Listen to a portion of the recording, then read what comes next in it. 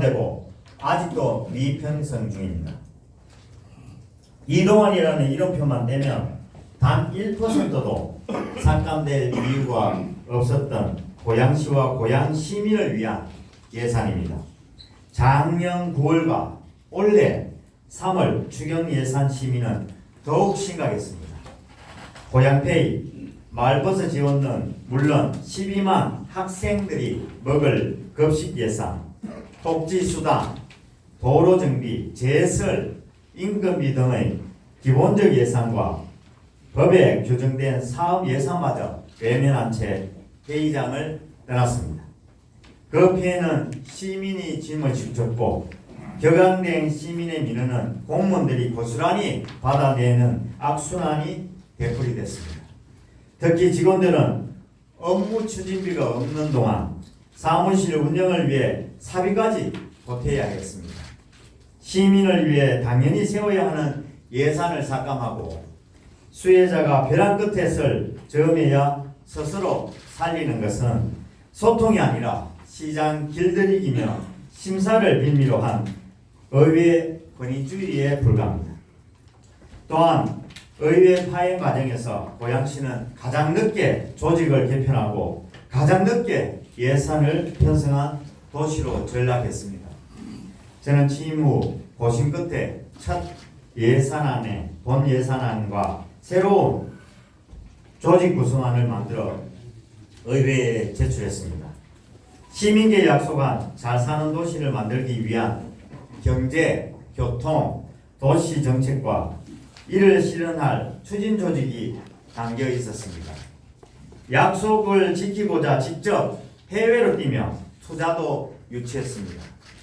그러나 이런 정상적 국외 출장과 비서실장의 발언을 등을 문제 삼아 예산안의 심사 자체를 거부했고 결국 고양시는 예산이 없는 초유의 상태로 한 해를 시작했습니다. 회의에 출석해 심사하는 것은 지방자치법에 명시된 의회 본연의 의무입니다. 3,500여 공직자가 100일 가까이 숙고한 예산안을 심의조차 하지 않았습니다. 제가 소통하지 않은 것입니까? 아니면 의회가 소통하지 않은 것입니까? 조직 개편 역시 취임 후 1년이 되었어야 통과됐습니다. 고양시의 성공을 위해 한 발이라도 빨리 전진해야 하는 상황에서 고양시는 예산이라는 무기도 조직이라는 진영도 갖춰지지 않은 무력하고 혼란스러운 상태로 오랜 시간을 허비했습니다. 이런 우여곡절 속에서도 시와 시의회의 건설적인 협력에 대한 희망은 놓지 않았습니다. 저는 소통을 먼저 거부한 적이 없습니다. 시장 당선 후 구성한 인수위원회 출범식에 지역의 국회의원 4분을 초대했고 모두 참석해 힘을 모았습니다. 이는 전국적으로 병원이 일이며 고양이의 발전과 소통을 위한 저의 강한 의지였습니다. 그러나 의회는 시장이 부당한 처사에 반발할 때마다 상생이 안 된다, 독단적이다 라며 소통의 문을 닫았습니다.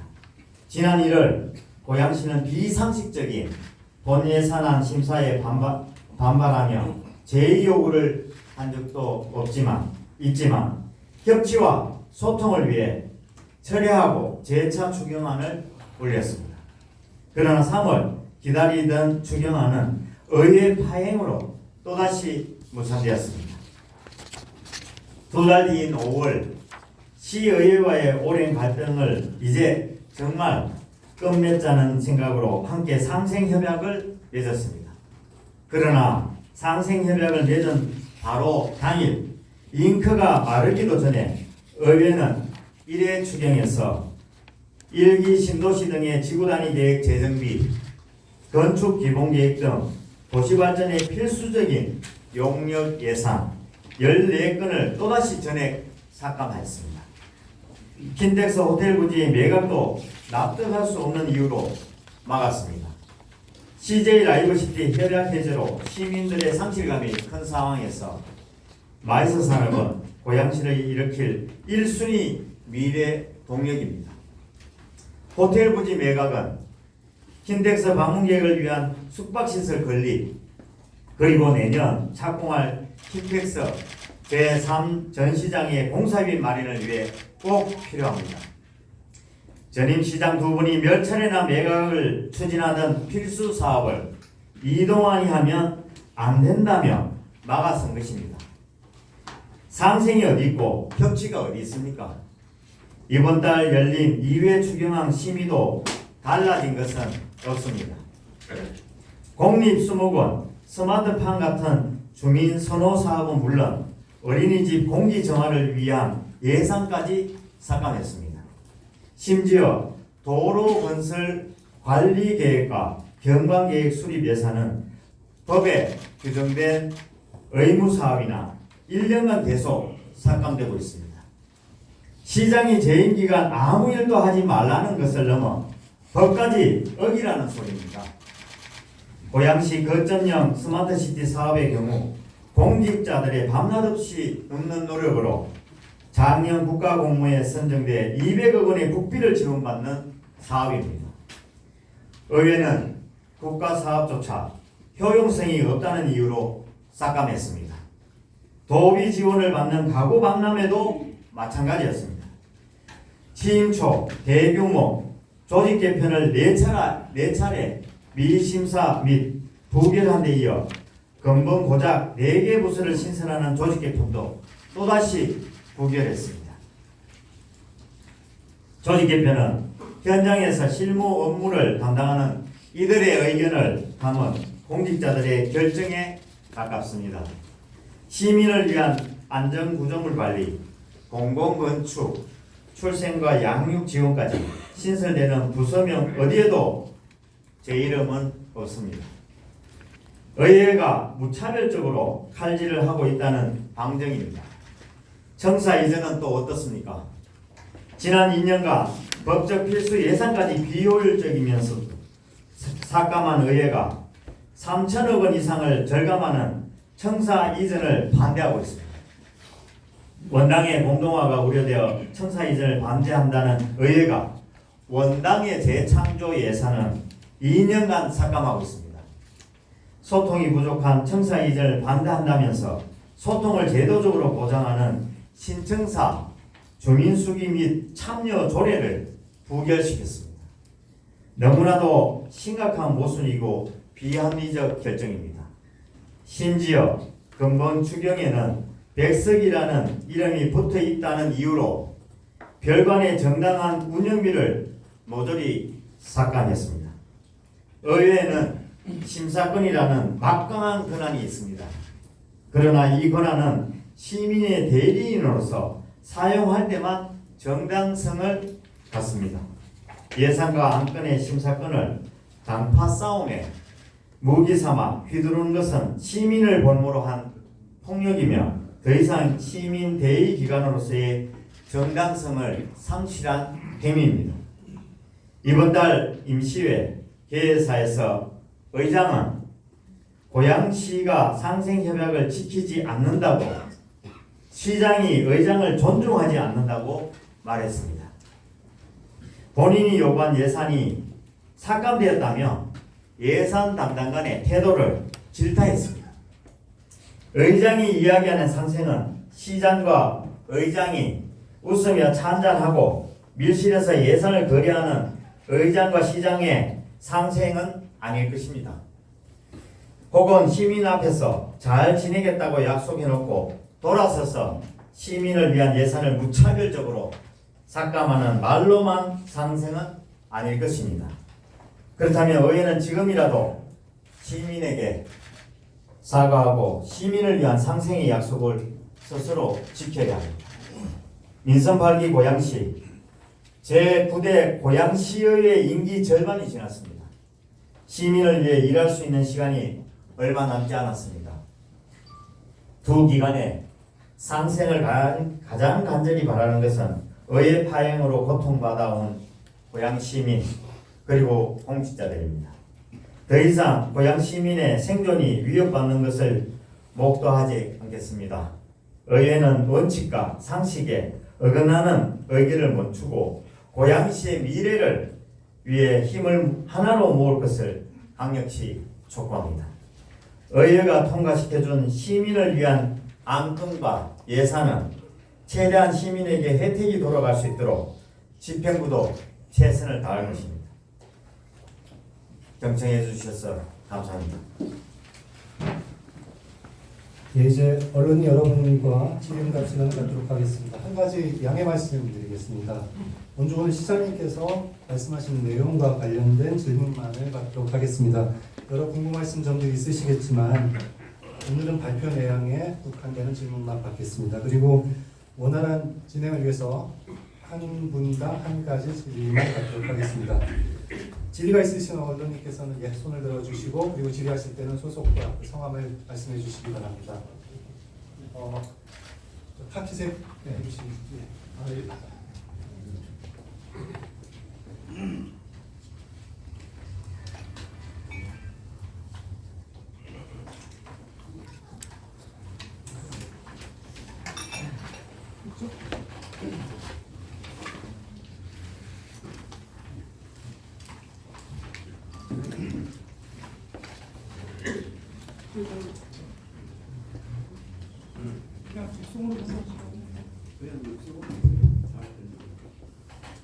육성으로 말씀드리겠습니다.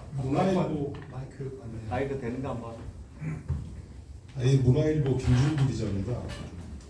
지난 2년 동안 시집행부와 시의회 간의 갈등은 시장님 말씀하셨던 기자회견에도 여실히 잘 드러나고 있는데요. 파행은 많이 좀 빨리 개선해야 된다고 생각을 합니다. 다만 우려스러운 게 올 11월에 행정사무감사가 있습니다. 그리고 12월에는 내년도 예산안 심의도 있고요. 그래서 이제 계속 비난만 하고 파행을 겪을 게 아니라 어떻게 해서든지 합의를 보는 과정이 필요하다고 생각을 합니다. 그래서 향후 시의회와의 어떤 관계 개선을 위해서 시장님께서 구체적인 좀 어떤 실행을 어떤 걸 하실 건지를 좀 말씀해 주시면 감사하겠습니다.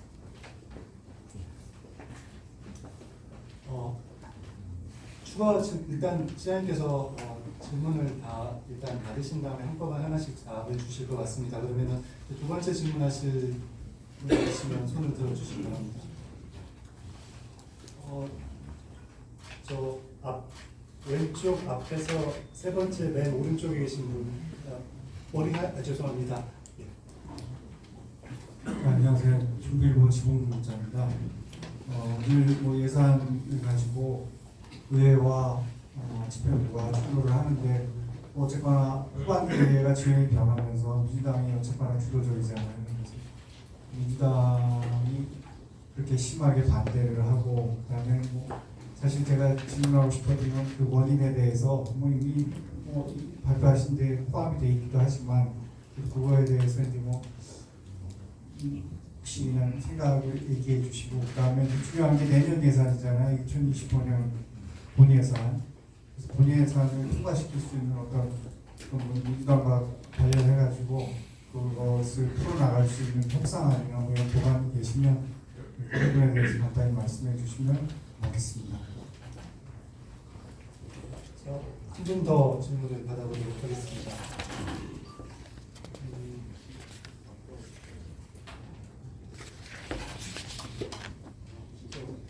파란색 티셔츠 입으신 신화일보의 임창민 기자입니다. 시장님께서 지금 장탄식을 하시다시피 하셨는데 저희 시민들이 볼 때는 킨텍스 제3전 시장 건립이 요원합니다. 그런데 지난 5일날 또 제4 기획행정위에서 부결이라는 소식을 저희가 접했고요. 그러다 보니까 재원 부담금이 상당히 많이 들어가는데 2,250억이 들어가는데 거기서 지금 우리가 마련할 수 있는 게 2025년도에 630억을 당장 마련해야 되는데 그거에 대한 대책이 있으신지 있다 그러면 어떤 것이 있으신지 또 원인이 왜 이렇게 자꾸 부결되고 있는지 이 계류 중에 있는 사안이 어떻게 해결될 수 있는지를 여쭤보고 싶습니다.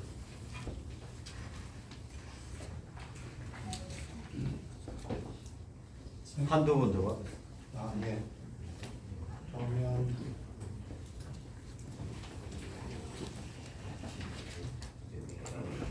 저 연필 드신 분, 예. 먼저 손드는 분부터 해주세요. 짜고 치지 마시고. 앞쪽에서부터 해야죠. 지금 질문 먼저 하는데 이번에 이게 예? 이게 무슨 기자회견이에요? 짜고 치는 거지.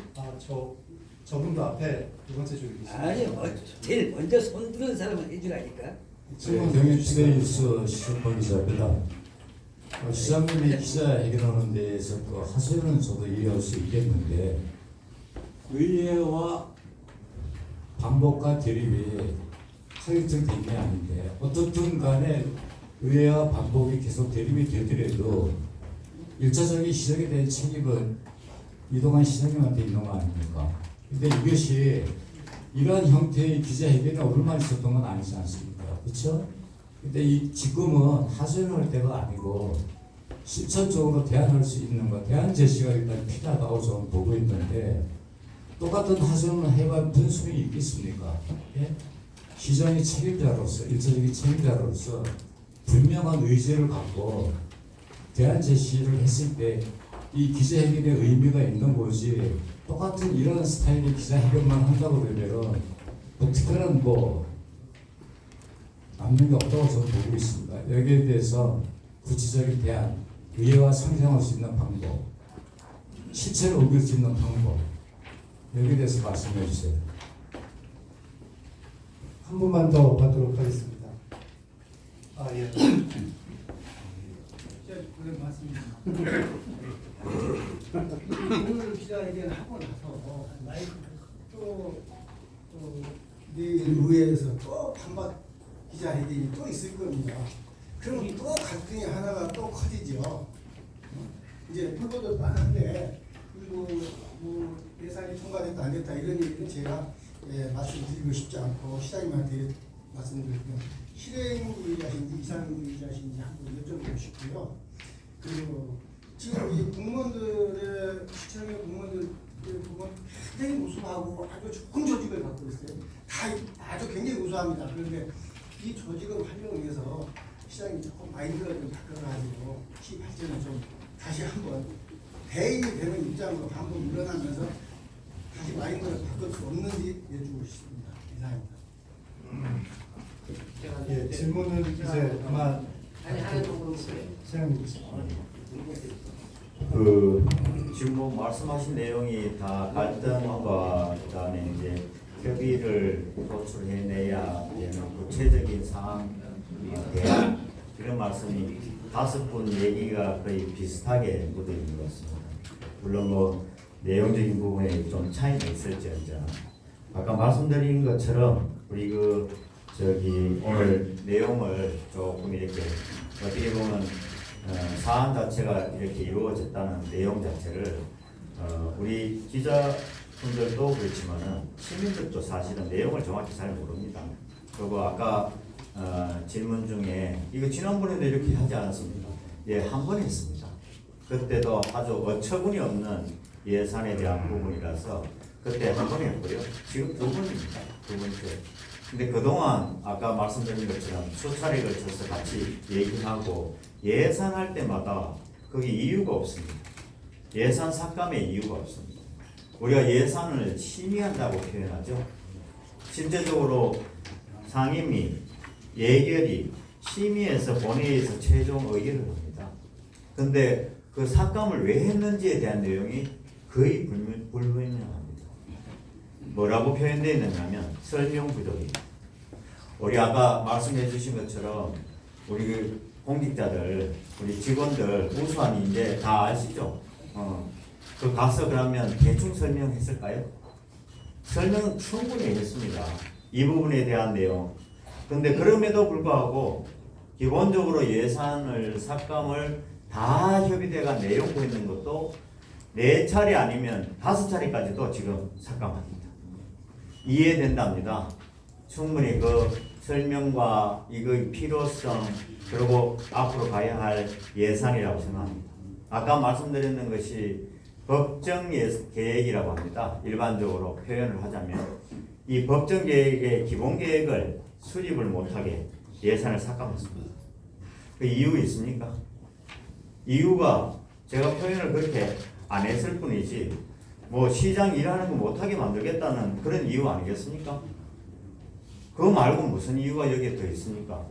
혹시 여기에 예산에 단 1원이라도 시장 개인으로 쓰는 겁니까? 그런 예산이 있으면 한번 말씀해 주세요. 아까 말씀해 주신 우리 또 시의회와의 갈등 얘기를 하셨는데 저는 갈등 없습니다. 제가 무슨 시의회 갈등이 있겠습니까? 문제되면 저는 지적합니다. 이 내용을 우리가 충분히 했음에도 불구하고 그 부분을 가지고 뭐 다른 이유를 자꾸 대면서 예산을 심의도 안 해버린 경우도 있었고요. 준예산 갖는 거 기억나시죠? 예산을 전부 다 삭감해놓은 부분도 있습니다.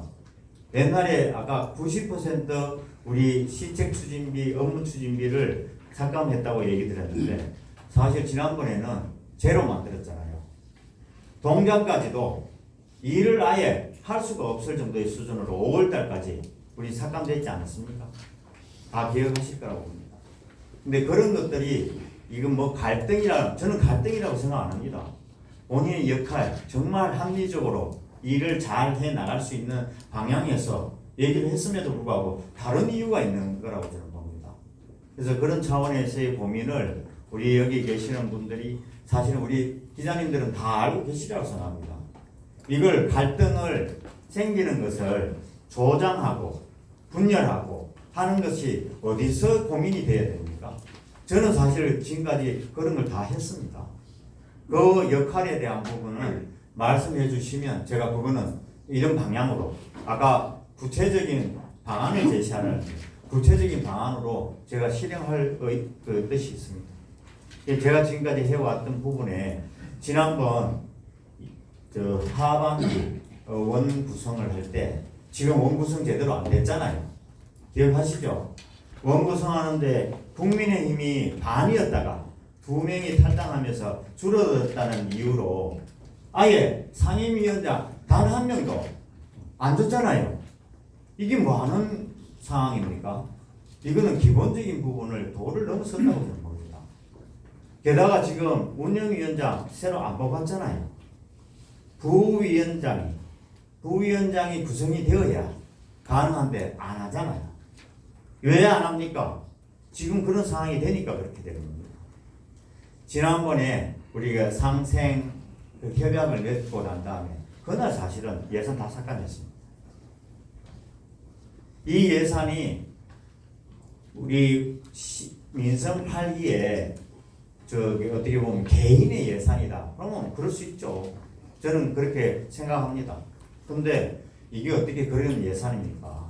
법정 예산까지 다 자르고 앞으로 가야 할 길도 다 자르는데 우리 고양시가 뭘 위해서 해야 되는지 다 아시잖아요. 고양시가 베더타운이잖아요. 이 베더타운 극복하려면 뭘 해야 되겠습니까? 기업들이 들어올 수 있는 여건을 마련해야 될 거 아닙니까? 그 여건 마련인데 이번에 예산이 반영 안 되더라도 우리 직원들이 우리 공무원들이 노력해서 결과 만들어낸 것이 바로 벤처기업 육성 촉진지구입니다. 그거 아무데 그냥 지정해 주지 않습니다. 고양시는 그동안 이런 거 사실은 기업을 위해서 지원할 수 있는 기업을 위한 환경을 만드는 것에 대한 부분을 사실은 그렇게 해내지 못했습니다. 우리 지금 고양시가 새로운 변화를 만들어내는 과정 아니겠습니까? 이런 부분에 대한 것들은 저는 언제든지 같이 협의해가면서 가야 된다고 생각합니다. 그 다음에 아까 원인에 대한 얘기를 좀 하셨는 것 같아서 원인 부분 사실 원인을 어떻게 찾을 수도 없어요. 제일 초창기부터 지금까지